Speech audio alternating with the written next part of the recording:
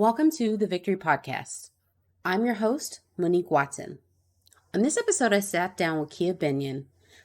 She is, as they say in Georgia Tech, a Ramblin Wreck from Georgia Tech and a Helluva pastry engineer. We sat down and talked about her business model around the pastry engineer and how she's using that to teach kids about STEM. Let's have a listen. So welcome to the Victory Podcast. I'm your host, Monique Watson, and I have the wonderful pleasure on this episode to have a good friend of mine, Kia Benion. How are you doing, Kia? Hi, Monique. I'm doing well. Thank you. How are things? How is all with you? Things are good. I think with everybody out there just managing the pandemic and some of the impacts because of the pandemic and trying to find silver linings within various business avenues or just even personally, just trying to cope and get support and provide support and just the constant juggling I think most of us have been doing over the past 18 months. But I'd say overall positive, and I am so grateful for, just being in that position. So Awesome. Well, welcome to the podcast, and it's great having you. So for our listeners, maybe we can give them a little bit of background about yourself and a quick, how we know each other. Yeah, absolutely. So I am Kia Benion. I am the founder of the Pastry Engineer, as well as Cocktail Engineer brand. Pastry Engineer focuses primarily on creating a culinary science platform. And so we offer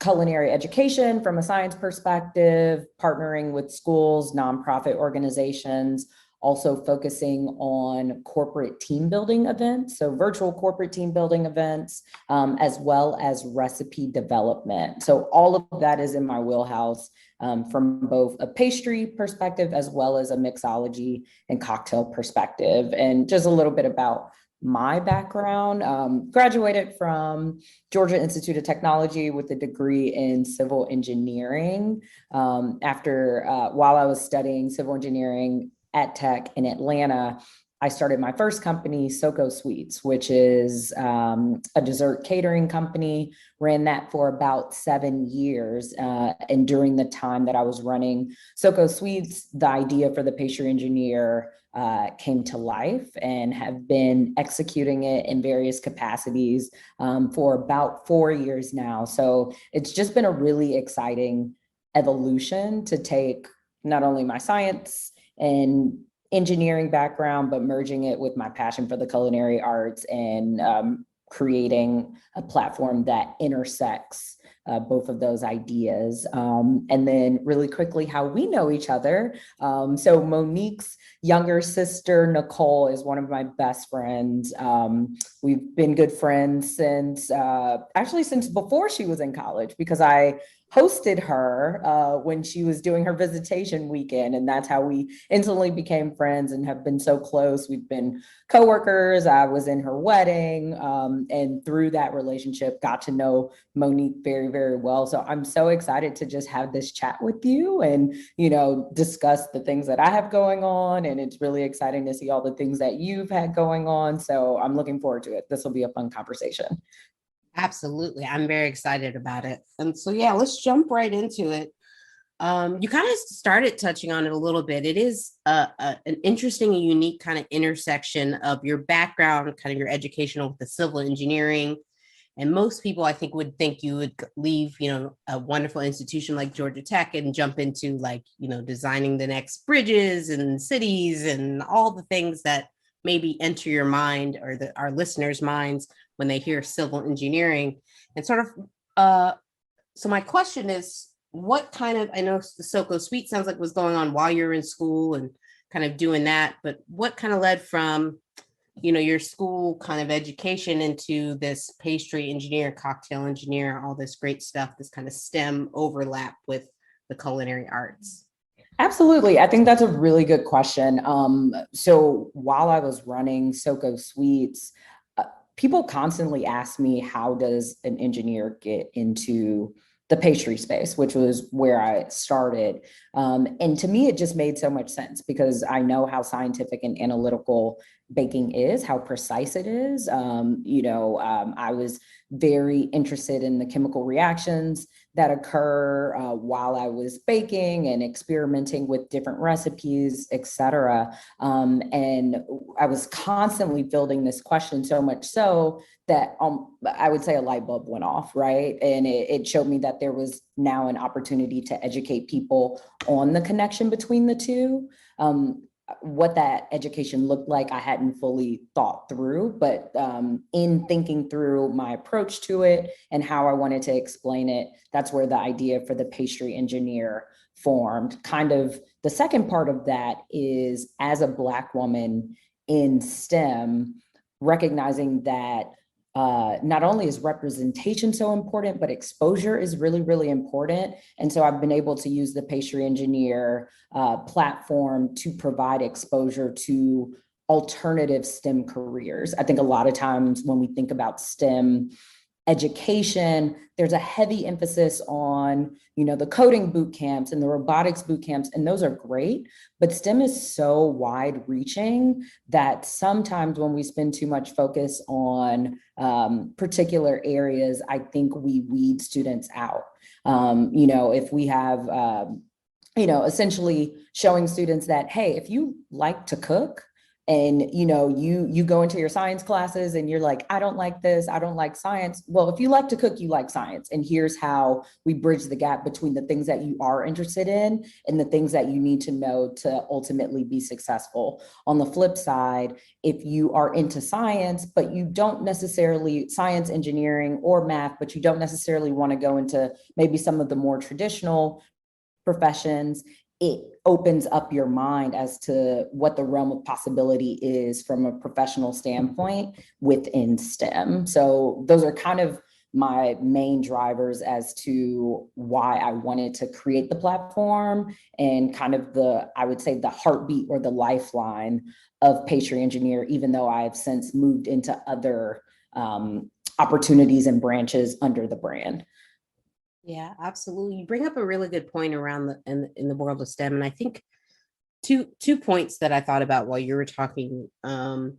One, the science of the pastry space. Actually, in another episode, I had one of my family friends, Kaitlin Guerin, who is a pastry chef, went to culinary school, that kind of stuff, and she does talk extensively, and I'll link in the show notes to that episode. But she talks about, yes, it's the science of, and that's what in pastry school and culinary school that folks go in and learn, is the science of it all. It's not just kind of, throwing things around especially in baking, right? So things are very much precise, the amounts of things that you're putting in, and there's rationale behind that. So she talked a bit about that. And secondly, I think you bring up a good point around the STEM and a wider variety of careers. I, have a background in public health, and it's something that a lot of people, when I mention it, don't really know much about it. Don't like, how do you get into that? I get a lot of questions around that. And I think I've even talked on a couple episodes on this podcast as well. It's just something that there are so many things beyond, coding or a lab scientist, which are great careers and interesting backgrounds and really fun stuff. But there's such a wide breadth of opportunities out there for people who might be interested in the sciences or think they may be, or at least to explore in general. So yeah, definitely good work going on. So what is your tips, would you say, for others interested in either the STEM side or on the culinary side? Is like, you mentioned that being kind of the cornerstone and some of the kind of heartbeat of what you do with the pastry engineer. What are some of the like go-to things when you're working with, especially youth, around those areas? Yeah, so I would say when I'm working with students, first of all, I want it to be fun, right? Because you're not going to motivate children of school age to do anything if they don't find joy in it. And so first, it's how do we lean into the joy? So a lot of times with my workshops or summer camps or classes, I ask a few probing questions to, one, level set with my audience to get a better sense. I'm not their teacher, so I'm not in front of these students on a daily basis. I don't actually know them very well. So I have maybe about a 5-minute time frame to fully understand the students that I'm working with. So I ask general questions along the lines of who loves baking or who loves cooking, and have several students contribute to the conversation in that space. And then I transition into who loves science, and then probably get a few much fewer hands that are raised. Right. But then I actually have them explain to me why they didn't raise their hand when we talk about loving science, et cetera. And so I set the tone at the very beginning of the class to let them know, hey, what we're going to be doing for the rest of the class is science. I know you signed up for a baking or a cooking class, but this is science and I'm going to show you how. And at the end of this class, we're going to discuss some of the main takeaways. So what I like to do is interweave specifically around chemistry. So I like to interweave chemistry concepts into the conversation. So if we talk about the process of macerating berries, which is essentially adding sugar to fruit of some sort to extract the juices out, right? Very, very common in any sort of cobbler or tart, et cetera. I would consider a very basic step. But I take it a step further and explain to them what's happening in that reaction is the fact that sugar is hygroscopic. So sugar being a hygroscopic property or having hygroscopic properties allows us to pull out the juices within the fruit because it attracts the water that lives within the fruit. So it's, we're going through these recipes and we're baking and we're creating, but essentially leveraging keywords that are sticky, so that when we conclude the class, the students have now picked up on chemistry terminology that they can actually make applicable, but then they have a delicious meal at the end of it. So it's that word association kind of is the approach that I think makes it both relatable and fun, but there are significant takeaways that the student has at the end of the class. Absolutely. No, that's a really good creative way to jump into it with a new audience. And then, like you said, they come out with something tasty at the end, but then learn a lot. So that sounds like a fantastic model in that way. Another question, I guess, you touched on a little bit with the pandemic and sort of balancing that. So I imagine, and correct me if I'm wrong, in a pre-pandemic world, you're like in person and it's, class and we're all, doing all the things, close to each other, chopping, macerating berries, all the things. And sort of, a pandemic hits. Sort of what were you able to do? Were you able to kind of, even though I hate using this word pivot, because it's overused too much, especially in the business realm. But it definitely, I think, has described, the way most businesses have approached or redefined their approach in this pandemic world. Yeah. No, I think that's a great question. And that actually led into the birth of the Cocktail Engineer brand. So one thing that I recognized and was extremely sensitive to, I could have taken the traditional pastry engineer student model and made it available virtually. There definitely would have been parents who signed their students up. I could have continued to partner with schools and nonprofits to facilitate these classes, especially with them being at home. They have access to kitchens, et cetera. But one thing that I was extremely sensitive to was Zoom fatigue. As a working professional who, in my corporate career, I'm constantly on video calls all day, every day. It's draining, it's tiring. And the fact that students between the ages of 5 to 17, 18 were expected to do that all day, every day. And then the supplemental activities or outlets were also held on Zoom. It just didn't seem feasible to me. Could I have done it? Could I have sustained a significant revenue stream conducting it that way? Absolutely. Did I think that it was going to be significantly value add in terms of what I wanted students to gain from the experience? No.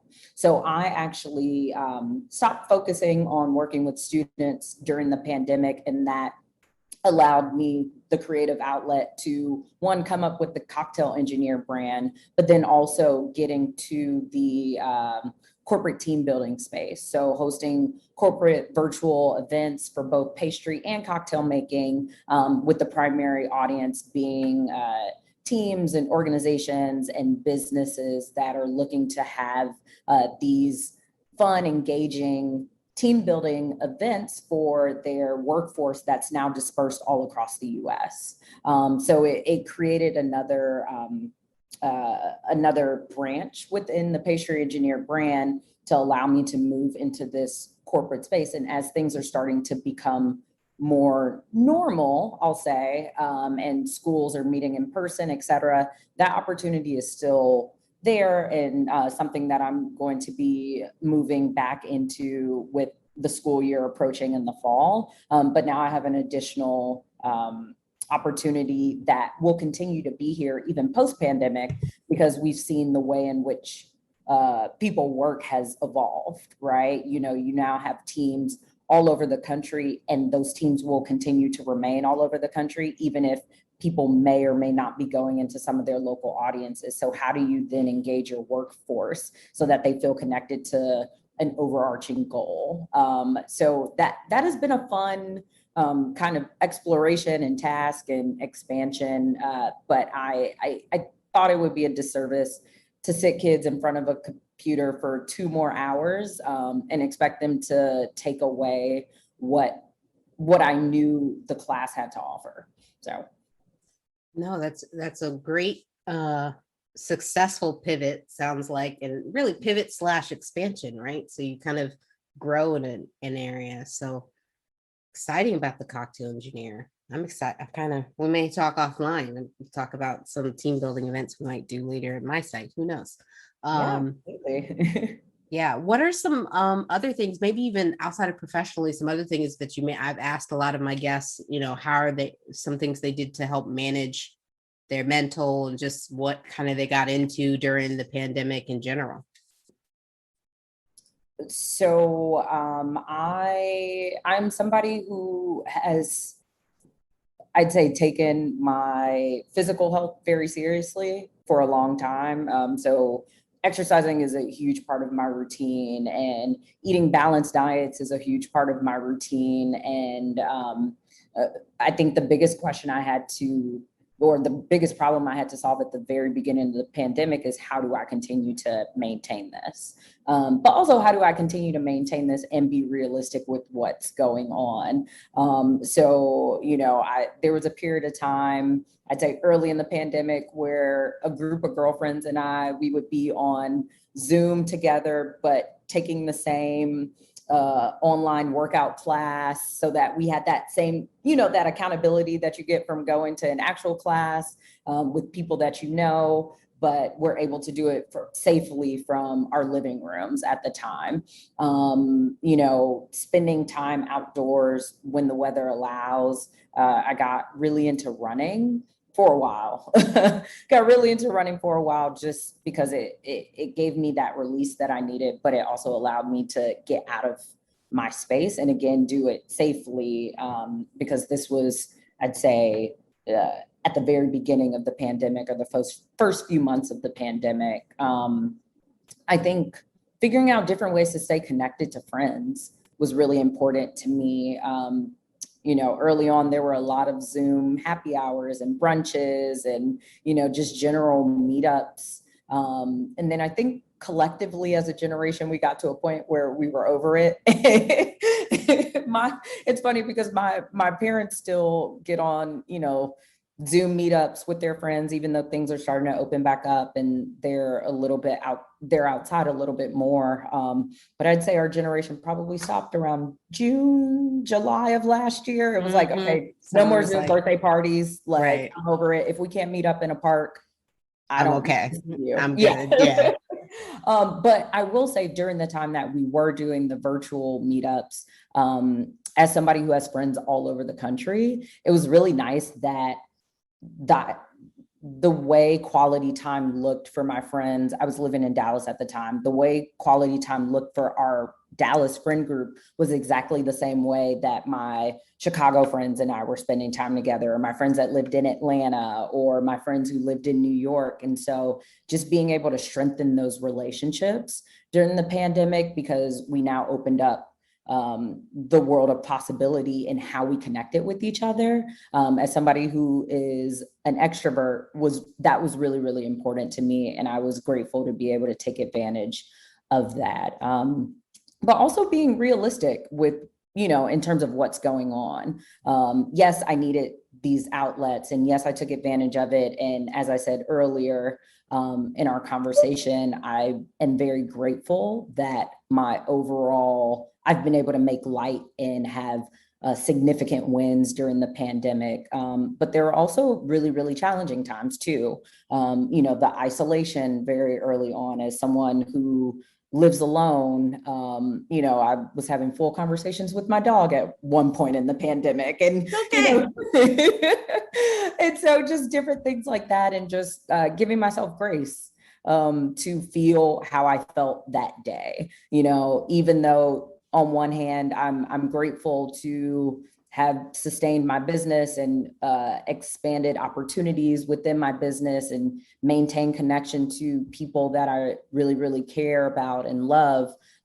There were just some days where the reality of what we were dealing with as a nation and as a global community was very apparent. And I just had to give myself space to do that and not beat myself up when I just was not in the mood to engage or be happy, or couldn't make myself be happy that day. So, I think I feel as if I dealt with the pandemic in very similar ways as a lot of our peers and, people that we talk to regularly.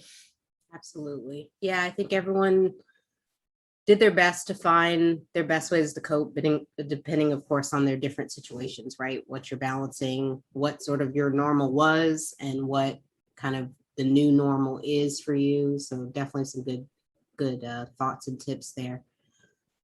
So this was a really good conversation. I learned a lot more, I think, about the cocktail engineer side. I know I'd started seeing things on social media. I was like, okay, I see a little something that's going on there with Ms. Kia. So what's next for the pastry/cocktail engineer? Sort of, what's next on your horizon? Some of the next big activities or projects or all that? Yeah. So in terms of cocktail engineer space, continuing to grow the corporate team building side of the business, additional partnerships, marketing, in that space. Also partnerships with alcohol brands. So I'm really excited for some conversations that I've had and some projects that I'm working on, and people will be able to see what those are hopefully in the next few weeks. Same thing on the pastry engineer side as well. But I'm really, really looking forward to getting back in front of students and, just getting back to, again, the lifeline of why I started the Pastry Engineer brand. So in the fall, we'll be starting to do in-person workshops again, which will be so exciting because it's been almost 2 years since I have been in front of students in that capacity. And so I just really look forward to getting back into that space. But between the two, just very busy, very busy working through both of those, because sometimes, even though it falls within an overarching brand and business model, sometimes I do feel pulled in conflicting directions. So also just being mindful of what I need to do for Kia, and not just as the pastry engineer, as the cocktail engineer, but some really, really exciting things. And for people who follow me or have been to my website, you'll definitely see a lot of those items announced in the near future. Awesome. Yeah, that leads into my last kind of question. And where are some folks where can they follow you, find you, all the things, the websites and social media? Absolutely. So my website is www.thepastryengineer.com. And on my website, you can learn more about what the pastry engineer and the cocktail engineer offer. You can also book corporate team building events through the website, and just contact me that way. Additionally, I am on Instagram at Kia Benion, is my personal brand Instagram, and at the Pastry Engineer is my business page. So either of those will have quite a bit of information. The Kia Benion page focuses mostly on cocktail, and the Pastry Engineer is obviously dedicated to those items as well. So either of them are great ways to reach out to me. I am on Instagram a little bit too much, so I will get your messages, or however you choose to reach out. Awesome. And I'm going to make sure those are included in the show notes, so you'll be able to directly connect to Instagram pages and websites and all the things for our listeners. Awesome. This has been a great conversation. I'm so proud of you, Kia. You are fantastic. Y'all are all thank you. Fantastic people. I don't know how my sister met such fantabulous people, but it's all good. I get bonus friends when you have siblings. It's yes, great. absolutely. Absolutely. This was such a good conversation. Thank you so much for inviting me here and just being able to talk about STEM and all the great, wonderful things happening in that space. But yes, I'm really happy for you with this podcast, and the conversations you've been having have been awesome. So, all righty. Thanks so much. All right. Thanks. Bye. So thanks again to Kia for sitting down and really having a wonderful conversation, and so proud of her for all the great work she's doing to expose young people to various careers in STEM, including the culinary sciences. Lots of great information to stay tuned with what Kia is doing in the show notes below. Follow her on Instagram.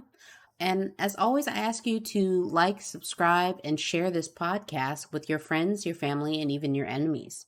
You can find us on all your favorite social media platforms at The Victory Pod, as well as visiting our website, thevictorypodcast.com. If you visit our Where to Listen page, you can find all the different podcast platforms where we're located. Also, feel free to contact us with any questions, concerns, episode ideas, and more. If you also want to support the Victory Podcast in another way, you can visit our merch page, which is also on our website, or you can subscribe to be part of our Patreon. I'll end this episode as I do every episode. Every problem has a solution. It's whether you're willing to do the work to find it. Let's do the work and be victorious.